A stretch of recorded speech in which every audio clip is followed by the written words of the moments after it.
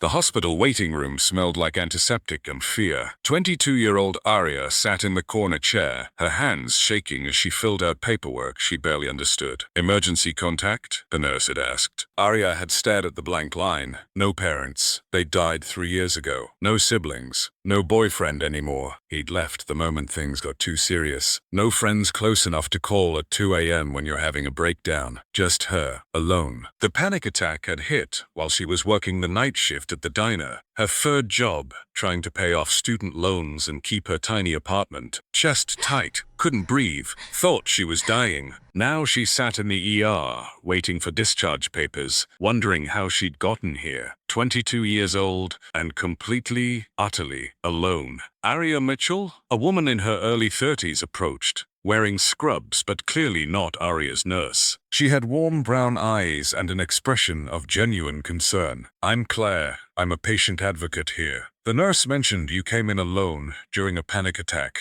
Do you have someone to drive you home? I can take an Uber." "That's not what I asked." Claire sat down beside her. "Do you have someone? Anyone?" Aria's throat tightened. "No, not really." Claire studied her for a long moment. Then she did something unexpected. She pulled out her phone and typed quickly. "I'm texting my sister. She's coming to get you." "What? No, I can't. Too late." "Sent." Claire smiled. "Listen, I see a lot of people come through here alone, and I've learned something. Nobody should go through scary moments by themselves. My sister Maya lost someone she loved a few years ago. She understands what alone feels like. She'll get you home safe." 20 minutes later, a woman walked into the waiting room like she owned it. Late 20s, confident stride, designer coat over yoga pants, hair in a messy bun. "You must be Aria." Maya extended her hand. "I'm the emergency big sister. Let's get you home." The drive to Aria's apartment was quiet at first. "You don't have to do this," Aria said. "I'm fine. You had a panic attack at work and came to the hospital alone. You're not fine, and that's okay." Maya glanced over.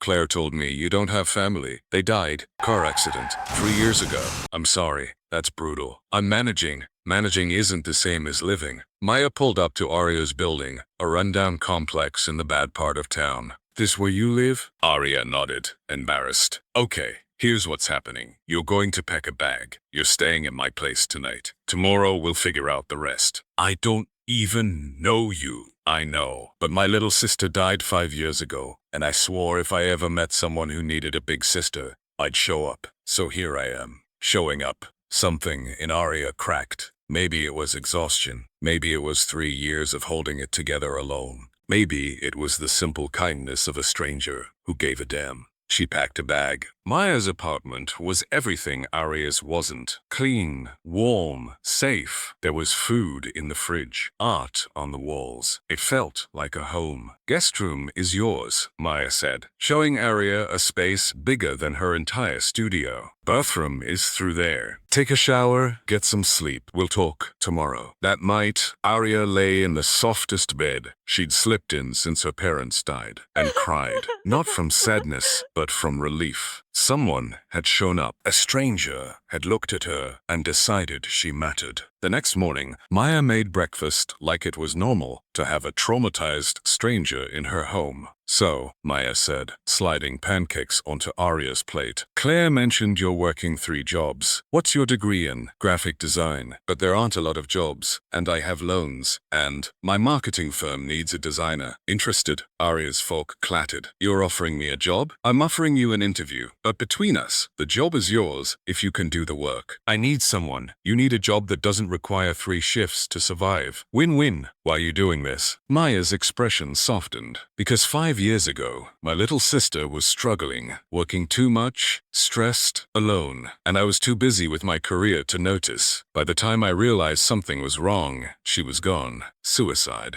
Her voice cracked. "I swore I'd never miss the signs again. I'd never let someone struggle alone if I could help it. I'm so sorry." "Me too. But you know what? Helping you helps me too. It gives her death meaning. So, let me do this. Let me be the big sister I should have been for her." 6 months later, Aria stood in Maya's office, now their shared office, after Maya had promoted her to senior designer. "I got my own apartment," Aria said, showing Maya the lease. First and last month paid. No roommates. Safe neighborhood. That's amazing. I'm so proud of you. I couldn't have done it without you. Aria's eyes filled with tears. You saved my life that night. You know that, right? You saved mine too. Maya hugged her tight. You gave me a second chance to be a big sister, to show up, to matter. You want to hear something funny? Always. Before that night, I thought I had to do everything alone, that needing help meant I was weak. But you showed me that the strongest thing you can do is let someone care about you. Maya pulled back, smiling for her own tears. And you showed me that it's never too late to be there for someone. That I can't save my sister, but I can honor her by helping someone else. So we saved each other. Yeah, we did. 1 year after that night in the hospital, Aria and Maya sat in a coffee shop, working on a design project together. You know what I realized? Aria said. What? Everyone needs a big sister. Not biologically, but someone who shows up when things are hard. Someone who sees you struggling and refuses to let you struggle alone. Someone who believes in you when you can't believe in yourself. Yeah,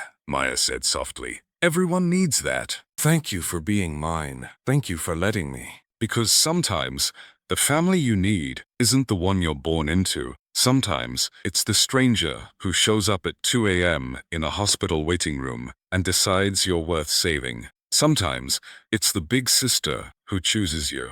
And everyone needs a big sister like that. The end.